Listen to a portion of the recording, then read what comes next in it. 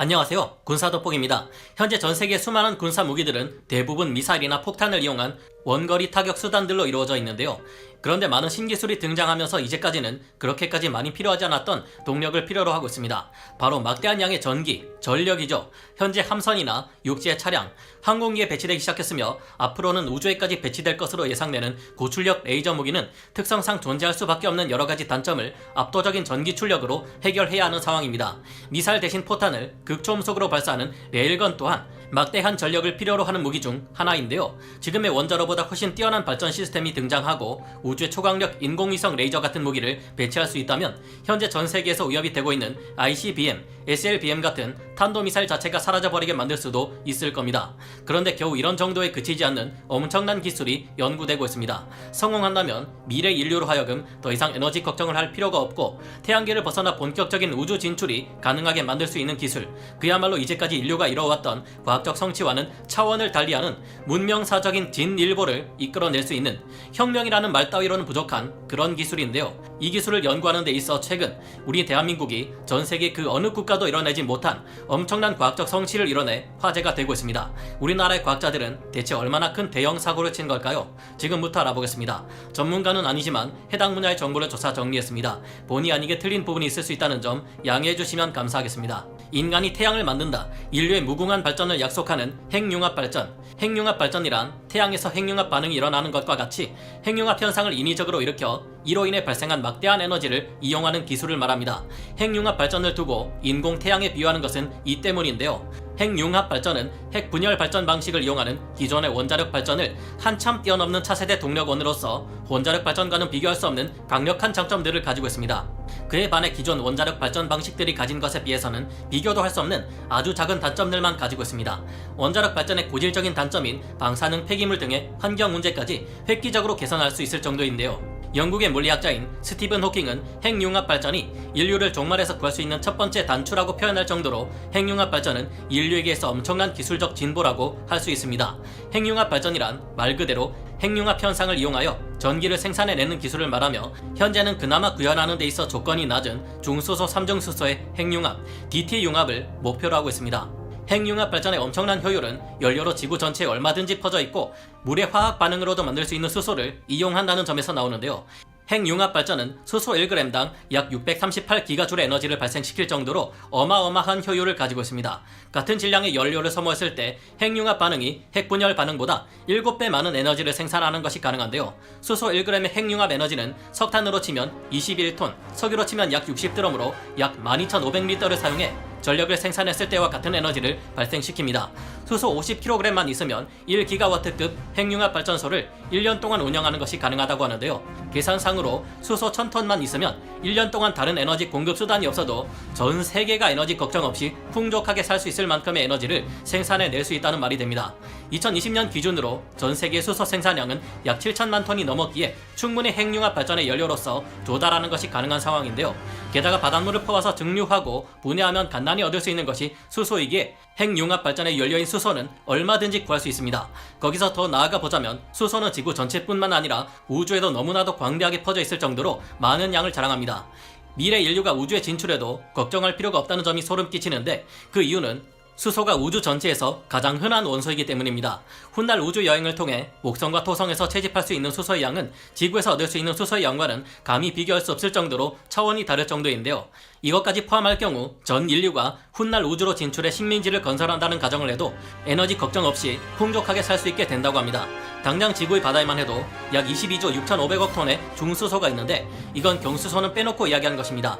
바다에서 얻을 수 있는 중수소에서는 총 1.313 곱하기 10의 31승 줄이라는 어떻게 읽어야 할지도 모르겠다 싶을 정도의 막대한 에너지를 얻을 수 있는데요. 이는 2018년 기준 전체 인류의 에너지 소모량인 약 20테라와트를 200억 년 동안이나 공급할 수 있는 상식을 초월하는 양이라고 합니다. 그런데 이건 중수소만 따진 것이라는 게 충격적인 사실인데요.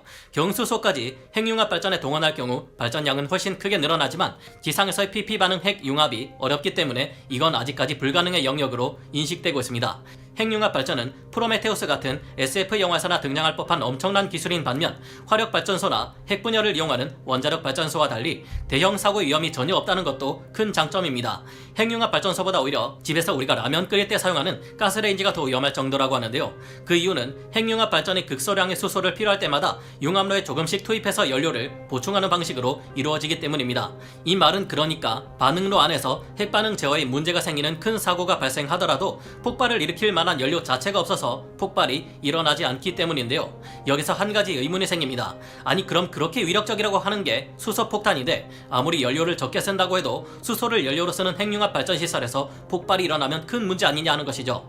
수소폭탄의 위력이 그토록 강력한 것은 순전히 금속 리튬을 사용해 순간적으로 엄청난 횟수의 핵융합 반응을 일으키기 때문입니다. 핵융합 발전에 사용되는 연료인 수소는 아주 엷은 플라즈마 상태로 반응로에 가둬지게 되는데 수소 플라즈마는 고체인 리튬과는 달리 밀도가 굉장히 낮아서 걱정할 필요가 없다고 합니다.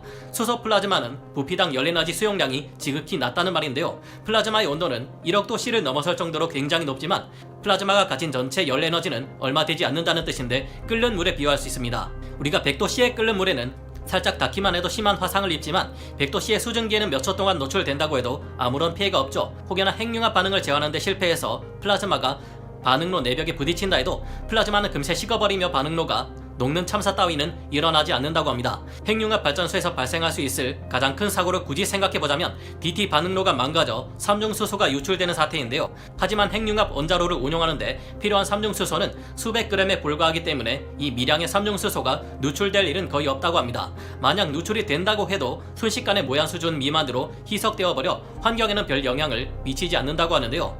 거기다 삼중수소의 반감기는 12.3년에 불과하고 투과력이 약한 베타선만을 방출하기에 금전적인 손실이 있을 뿐 인체에 미치는 영향은 거의 없다고 합니다. 게다가 삼중수소 대신 연료로 헬륨3를 사용할 경우 누출 사고 위험마저 원천적으로 없앨 수 있다고 합니다. 뒤처리에 고심할 필요가 없다는 것도 핵융합 발전의 가장 큰 장점 중 하나인데요. 핵분열 반응을 이용하는 기존의 원자력 발전은 꾸준히 방사성 폐기물을 발생시켰기에 이것을 처리하는 것이 아주 골치 아픈 문제였습니다. 이후 원자력 발전에 이용되었던 주요 구조물과 부품도 영구적으로 폐기되고 격리되어야 했죠. 하지만 핵융합 발전은 꾸준히 방사성 폐기물을 발생시키지 않으며 방사능의 양도 극미량이라 문제가 되지 않습니다. 이처럼 핵융합 발전은 위험성, 환경에 미치는 영향, 효율에 있어서 혁신적일 정도로 뛰어난 신기술이기에 인류의 끝없는 발전을 위한 필수 사항으로 인식되고 있으며 미국, 유럽, 일본을 비롯해 우리나라에서도 여러가지 형태의 핵융합 발전을 연구하고 있습니다. 또한 미국과 러시아 등 전 세계 35개국이 참여하는 국제 핵융합 실험로 ITER을 통해서도 연구되고 있습니다. 한국의 K스타 핵융합로 세계 최고 신기록 수립. 하지만 압도적인 장점들에도 불구하고 실제 핵융합 발전을 개발하는 것은 엄청난 기술적 난이도를 가지고 있으며 현재 모든 국가의 핵융합 발전은 지지부진한 수준을 벗어나지 못하고 있는데요. 핵융합이 발생하려면 우선 초고온과 초고압 상태를 유지할 수 있어야 하는데 가장 유리한 조건인 중수소, 삼중수소 DT 반응의 경우 이에 필요한 최소 온도가 무려 1억 3,600만 켈빈, 즉 1억 3,327만 도씨입니다. 핵융합 발전을 실용화하기 위해서는 대략 5억 켈빈, 4억 9,999만 9,727도씨 이상의 이온 온도가 필요하다는데요. 문제는 이를 안정적으로 유지시키는 것이 극도로 어렵다는 점인데 핵융합 발전소를 유지하려면 1억 도씨의 초고온, 초고압 상태를 1년 내내 유지할 수 있어야 하기 때문입니다. 1억 도씨라는 온도는 태양의 중심 온도인 1,500만 도씨의 7배에 달하는 어마어마한 온도인데요. 실제로 핵융합 발전에 있어 가장 앞서가는 연구를 진행 중인 선진국들조차도 1억 도씨를 넘는 상태에서 토카막 장치를 오랫동안 운전하는 것은 극도로 힘든 일입니다. 일본과 유럽조차 1억 도씨 이상의 초고온에서 토카막 장치를 운전하는 것은 1초에서 2초에 그쳤고 2018년 11월 중국도 1억 도씨를 달성하기는 했지만 그 유지 시간은 밝히지 않았습니다. 그런데 한국의 토카막 방식 핵융합 발전소인 K스타에서는 2019년 2월 1억 도씨 이상의 초고온 상태를 1.5초 동안 유지하는 심상치 않은 성과를 보이기 시작했습니다. 그러더니 작년인 2020년 3월에는 K스타를 1억 도씨에서 8초 동안 운전하는 엄청난 성과를 보이게 되었는데요. 그리고 2020년 11월 한국은 K스타를 1억 도씨에서 무려 20초 동안이나 운전하는 가공할 성과를 보이게 되었습니다. 이 기록은 현재까지 전 전 세계 어느 나라도 깨지 못하고 있는 세계 최고 기록이며 적어도 대한민국은 핵융합 발전 장치를 오랫동안 운전하는 부분에 있어서만큼은 가장 앞서 나가고 있는 형국인데요.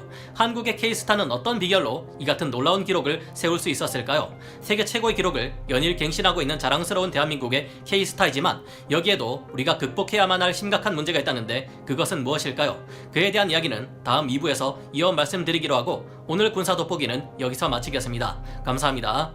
영상을 재밌게 보셨다면 구독, 좋아요, 알림 설정 부탁드리겠습니다.